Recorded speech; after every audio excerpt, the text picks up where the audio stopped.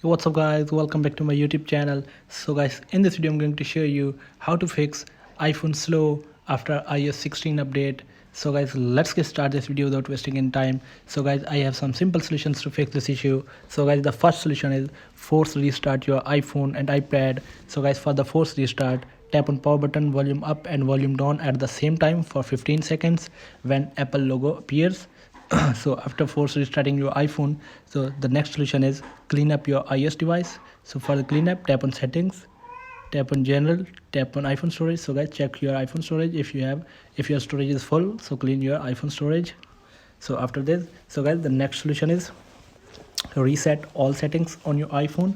It will not delete your data. Open settings, tap on general, scroll down, tap on transfer or reset iPhone, tap on reset and reset all settings here. So guys, this will reset all settings.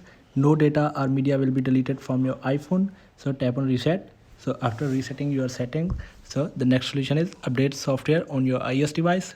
So for this update, tap on settings, scroll down, tap on general, tap on software update. So guys, check for update. So guys, if you haven't updated your iPhone to the latest iOS version, so update your iPhone to the latest iOS version. So I have also latest version, iOS 16.1.